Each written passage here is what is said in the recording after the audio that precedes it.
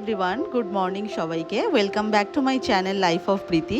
আমার একটি নতুন ব্লগে তোমাদেরকে অনেক অনেক ওয়েলকাম। তো আজ তোমাদের সাথে শেয়ার করব অফবিট কালিম্পংয়ের সান্টুক ভিলেজের রিভার স্টোন অ্যাডভেঞ্চার রিট্রিটের হোমস্টের ব্যাপারে। তো আর তোমরা সবাই জানো যে এই হোমস্টেটা রিসেন্টলি খুবই ফেমাস নর্থ বেঙ্গলে বালি ভাইবস দেওয়ার জন্য। তো এই হোমস্টেতে আমাদের এক্সপিরিয়েন্সটা কেমন এবং তোমরা যদি এখানে আসতে চাও কিভাবে আসবে অ্যান্ড কিভাবে বুকিং করবে সবটাই তোমাদের সাথে এই ভিডিওর মাধ্যমে শেয়ার করব আজকে। সো ভিডিওটা না টেনে পুরো ভিডিওটা দেখতে থাকো। আই হোপ ভিডিওটা তোমাদের খুবই ভালো লাগবে। শিলিগুড়ি থেকে প্রায় 1.5 ঘন্টার জার্নি করে আমরা এই লীলামানি ফ্যামিলি রেস্টুরেন্টে এসে পৌঁছাই ব্রেকফাস্টের জন্য। বাট এদের খাবার কোয়ালিটি অ্যান্ড সার্ভিস আমাদের একদমই ভালো লাগেনি, which is not worth it. So এই রেস্টুরেন্টটাকে আমরা একদমই রেকমেন্ড করছি না। তারপর আমরা ওখান থেকে বেরিয়ে যাই। কালিম্পং অঞ্চলের সেরা পর্যটন কেন্দ্র হিসেবে মানা হয় এই গ্রামটিকে। শিলিগুড়ি থেকে 90 কিলোমিটার দূরে এবং লাভা থেকে 16 কিলোমিটার দূরে এবং কালিম্পং থেকে 20 কিলোমিটার দূরে 8300 ফুট উচ্চতায় অবস্থিত। অপার সৌন্দর্যের আধার সান্টুক, তিব্বতের পাহাড়গুলির সহ এখান থেকে হিমালয়ের অসাধারণ দৃশ্য চোখে পড়ে। প্রকৃতির অসীম সুন্দর রূপ দেখার পাশাপাশি গ্রামটি পাহাড় এবং নদীর দ্বারা বেষ্টিত একটি আদর্শ হিমালয়ান এটিকে সৌন্দর্যে ভরিয়ে দিয়েছে।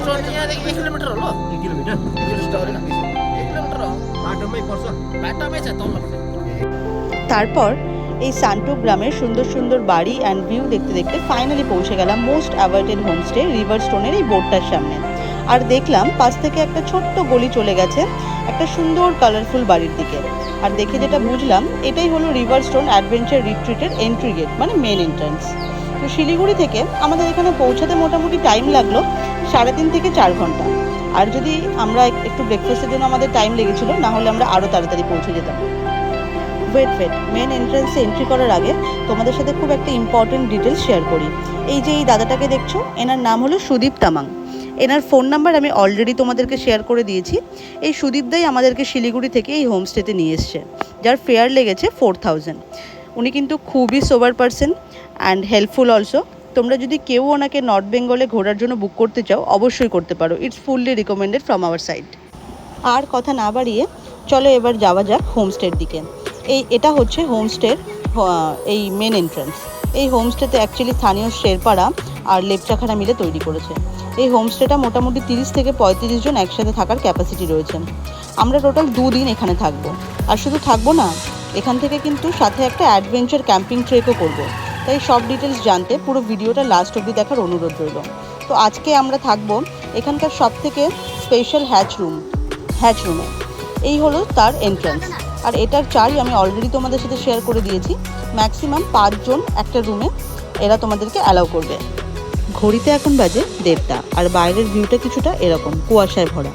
এখানে টোটালি 2টো হ্যাচ রুম আছে। আর এই উনি আমাদেরকে বলে দিচ্ছে যেহেতু আমরা 2 নম্বর রুমটা নিয়েছি, তাই 2 নম্বর ওয়াশরুমটাই আমাদের ইউজ করার ওয়াশরুম। আর এখানে রুমের দরজাতে লেখা রয়েছে please leave your shoes and negative vibe outside. লেখাটা কিন্তু দারুণ স্মার্ট ওয়েতে লেখা। তো চলো এবার তোমাদেরকে দেখাই যে এই হ্যাচ রুমগুলোর ভিতরটা অ্যাকচুয়ালি কেমন দেখতে হয়। তো এরকম পর্দা দেওয়া থাকে আর ভেতরে এরকম 2টো ডাবল বেড রয়েছে, যার উপর ক্লিন বেড কভার বিছানো রয়েছে। আর রয়েছে মাথা পিছু একটা করে বালিশ, ব্ল্যাঙ্কেট, আর একটা সাইড টেবিল রয়েছে, আর একটা কুলার রয়েছে। আর এখন এখানে যে ওয়েদারটা রয়েছে সেটা কিন্তু এক কথায় দারুণ, না গরম না ঠান্ডা। সো এক কথায় জাস্ট ফাটাফাটি ওয়েদার। আর নিচে বিছানো আছে ম্যাট্রেস ফর গুড ভাইবস। আর বাইরে রয়েছে টেবিল চেয়ার, যেটাতে বসে আড্ডা, খাওয়া দাওয়া, ভিউ দেখতে দেখতে বেশ ভালোই জমে যাবে। আর হ্যাচরুমের সাথে যেটা স্পেশালি পাবে সেটা হলো এই দোলনাটা, যেটা কিন্তু অনলি হ্যাচরুম স্পেশাল। সো 2টো হ্যাচরুমের সাথে রয়েছে আলাদা আলাদা 2টো দোলনা। এবার তোমাদেরকে দেখাই এখানকার এই যে হ্যাচরুম, এই হ্যাচরুমের ওয়াশরুমটা কেমন। ওয়াশরুমটা খুবই ক্লিন, সাথে রয়েছে একটা commode, Z spray, tissue holder, geyser, basin and mirror and tab. রুমে রেডি হওয়ার জন্য একটা মিরর আছে। আমরা রেডি হয়ে চলে এসেছি এই হোমস্টের কিচেনে। আর এই জায়গাটা কিচেনের সামনের জায়গা। এই হোমস্টেতে মেন আকর্ষণ কিন্তু এই জায়গাটাই। তাই ইউজুয়ালি এই জায়গাতে বেশ কিছু লোকজন চোখে পড়বে যারা এই হোমস্টেতেই স্টে করছে। এবার চলো এই হোমস্টের কিচেনের জায়গাটা একটু ঘুরে দেখা যাক। এটা হলো ওদের কিচেন আর এটা হলো ওদের এক্সট্রা ফুড মেনু। আর এটা হলো তার প্রাইস। আর এবার যেটা দেখাবো সেটা হচ্ছে অ্যাকচুয়ালি যেটা তোমাকে মিলের সাথে ওরা প্রোভাইড করবে, অ্যান্ড কী প্রোভাইড করবে, কোন কোন টাইমে lunch, evening snacks, dinner, breakfast সবটাই এখানে শো করা রয়েছে। তো এবার একটু ঘুরে দেখাই। কিচেনটা একটু এরকম, ওরা এখানে রান্নাবান্না করে এই কিচেনটাতে। আর এখানটাতে হচ্ছে বসার টেবিল রয়েছে। এখানে হচ্ছে ওদের যেই ভিলাটা, সেই ভিলাটার একটা ফেসাই আর ওদের ডিটেলস বলতে পারো, ডকুমেন্টস। আর এটা হচ্ছে বাইরের ভিউ, দেখতেই পাচ্ছ এখানে প্রচুর লোকজন রয়েছে। আর এই যে চলে এসছে আমাদের খাবার। তো এবার আমরা এই ভিউ দেখতে দেখতে খাবারটা খাবো, দুপুরের লাঞ্চ। তো দুপুরের লাঞ্চে দেখতেই পাচ্ছ তোমরা কী আছে, অ্যান্ড সাথে রয়েছে গরম ভাত। আমরা এক্সট্রা করে ডিম ভাজা অর্ডার করিয়েছিলাম আমাদের জন্য, সেটা কিন্তু চার্জেবল। এছাড়া তোমাকে ওরা যেটা প্রোভাইড করবে সেটা কিন্তু একদমই কোনো চার্জ লাগবে না, যেটা রুমের মধ্যেই। খাওয়া দাওয়া করে চলে এসেছি আমাদের রুমে। এসেই আমরা একটু রেডি হয়ে নিচ্ছি, কারণ এত সুন্দর জায়গা আর এখানে যদি একটু ফটো ভিডিও না করি তাহলে কিন্তু ঠাকুর পাপ দেবে। জোকস অ্যাপার্ট, বাট আমি রেডি হয়ে গেছি ফর ফটোশ্যুট। তো চলো তোমাদের সাথে শেয়ার করি কিছু cinematic shot.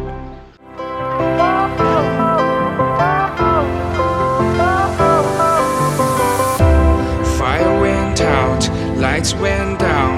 When you feel lost in your shadow, don't feel alone, don't scream so loud. We are living in this cruel world, broken but strong, gotta move on. You're not a bakery of life, equip my soul, find the real gold. I'll fulfill what I started. আর photoshoot করতে করতে কিন্তু প্রায় সন্ধে নেমে গেছে। আর সন্ধেবেলায় এই জায়গাটাকে সৌন্দর্যটা কিন্তু আরও কিছুটা বাড়িয়ে দিয়েছে এই স্ট্রিট লাইটগুলো। আর সাথে তো এই মেঘে ঢাকা পরিবেশ দেখে মনে হচ্ছে যেন কোনো রূপকথার দেশে চলে এসেছি আমরা। এসব ভাবতে ভাবতে দেখলাম ম্যাগি চলে এসেছে।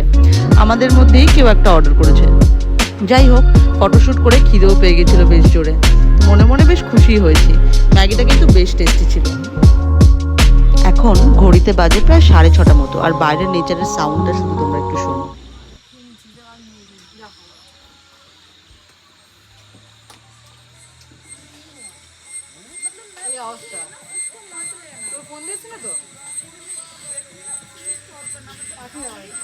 পাখি পাখি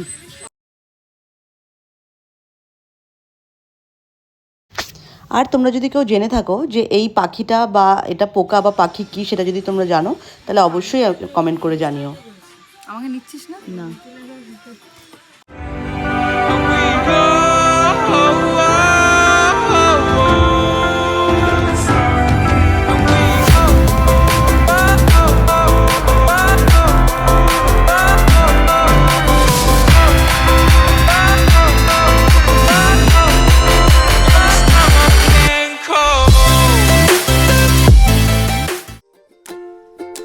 দেখতে দেখতে সন্ধে হয়ে গেছে। আর সন্ধেবেলায় হ্যাচরুম থেকে বাইরের ভিউটা কিছুটা এরকম, মেঘে আচ্ছন্ন একটা ছোট্ট সুন্দর গ্রাম। আর হ্যাচরুম থেকে হোমস্টেটার ভিউটা কিছুটা এরকম সুন্দর না? সব লাইট জ্বালানোতে জায়গাটা যেন আরও মোহময়ী হয়ে উঠেছে। এখানে এই দোলনাটা আর এই লাভ সাইন করা বসার জায়গাটা কিন্তু পুরো লুকসটাকে পরিপূর্ণ করেছে। এই কারণের জন্যই হয়তো জায়গাটাকে উত্তরবঙ্গের বালি নামে আখ্যা দেওয়া হয়েছে। আর এই যে এই ডগটাকে সিঁড়ি থেকে নেমে আসতে দেখছো, ও কিন্তু এখানেই থাকে, মানে এই হোমস্টেটাই ওর বাড়ি। আমরা ওর বাড়িতে ঘুরতে এসেছি, তাই একটু আমাদের সাথে ভাব জমাচ্ছে। হ্যাচরুমের বাইরের এই লাইটগুলোর জন্য দিনের বেলার থেকে রাতের ভিউটাকে কিন্তু অনেকটাই আলাদা করে। আর হ্যাচরুমের সামনে বসে দেখা মিলছে কুয়াশার আচ্ছন্ন এক অপূর্ব সুন্দর গ্রামের মেঘেদের ভেসে বেড়ানোর এক অপূর্ব সুন্দর দৃশ্য, যা হয়তো ক্যামেরা বন্দি করা সম্ভব হয়ে ওঠেনি। কিন্তু এটা বলতে পারি, চোখ কিন্তু আজ বেশ আপ্লুত এসব দৃশ্য দেখে। আর মন তো বেশ গুনগুন করছে। আর শুধু মনে হচ্ছে কাল হয়তো সন্ধেবেলায় এই ভিউটা আর চাইলেও দেখতে পাবো না, তাই কিছু যেন মিস না হয়ে যায়। যা আজকে আমি আমার নিজের চোখে দেখছি অ্যান্ড ফিল করছি, এটাই থেকে যাবে আমার সাথে সারা জীবন। ঘড়িতে এখন রাত 11:30। ডিনার কমপ্লিট করে দোলনাতে বসেছিলাম, দেখলাম জোরে বৃষ্টি এসছে, তাই তাড়াতাড়ি করে হ্যাচরুমের সামনের দরজাটা বন্ধ করে দিলাম। একটু বৃষ্টিতে ভিজে রুমের ভিতরে এসে ঘুমিয়ে পড়লাম আজকের মতো, কারণ কালকের সকালের জন্য আমরা সবাই খুব এক্সাইটেড ছিলাম। তো আজকের মতো গুড নাইট।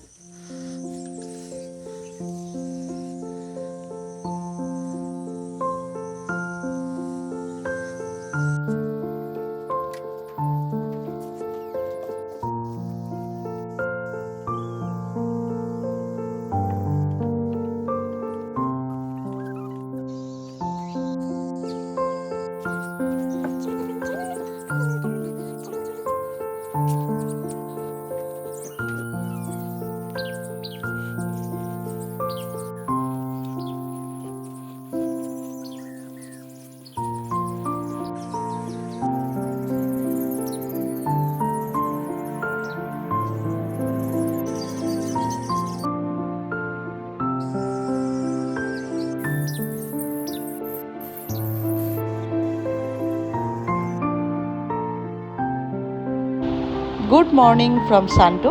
তো এক কাপ চা নিয়ে সকাল সকাল দিনটা শুরু করলাম। তো এই জাস্ট আমি হেঁটে একটু বেরিয়েছি আমাদের রুমটা থেকে, যে বাইরেটা একটু তোমাদেরকে শেয়ার করি যে দিনের আলোতে অ্যাকচুয়ালি সকালবেলা কেমন। আর দেখলাম ওয়েদারটা খুবই ক্লিয়ার, তো তাই ভাবলাম তোমাদেরকে একটুখানি পুরো যেই এই হোমস্টেটাতে কীরকম টাইপের রুম আছে, ইভেন বলেছিলাম যে 35 জনের এখানে ক্যাপাসিটি রয়েছে থাকার। তো সেটাই কোথায় কোথায় কীরকম রুম আর তার কী চার্জেস আছে, তো সেটা তোমাদের সাথে একটু শেয়ার করি আজকে এখন। তো চলো তোমাদেরকে দেখাই। এটা হচ্ছে এই যে গেটটা, এখান থেকে হচ্ছে এন্ট্রি হয়। এখানে দেখতে পাচ্ছ ডান দিকে রয়েছে একটা টেন্ট, যেখানে অলরেডি তুমি চাইলে স্টে করতে পারবে। আর এটা হলো ডুপ্লেক্স কটেজ রুম, যার অলরেডি সমস্ত ডিটেলস আমি তোমাদেরকে স্ক্রিনে দিয়ে দিয়েছি, তোমরা দেখতেই পাচ্ছ। অ্যান্ড এবার হচ্ছে আগে যাই। আগে বাদিকে হচ্ছে স্টাফ রুম, আর এইটা দুটোই স্টাফ রুম। আর এখানে এটা হচ্ছে স্টাফদের জায়গাটা, যেখানে টেন্টে স্টে করতে পারবে তোমরা চাইলে। এটা চার্জেস অ্যান্ড অল আমি সবটাই স্ক্রিনে দিয়ে দিয়েছি। এখানে দুটো ডুপ্লেক্স রুম রয়েছে। তো এবার এখানে একটা সিঁড়ি রয়েছে, সিঁড়ি থেকে নিচে এসেই হচ্ছে এই কিচেনের সামনের জায়গাটা, যেখানটার অ্যাকচুয়ালি ভিউটা এরকম, মানে যেখানে তোমরা বসে অনেক ছবি বা ভিডিও করতে পারবে। আর এখানে আরও অনেক বসার জায়গা রয়েছে ছোটো ছোটো। তো এই কিচেনের এই জায়গাটা থেকে হ্যাচ রুমের ভিউটা ঠিক এরকম। তো এটাও তোমাদেরকে দেখিয়ে দিচ্ছি।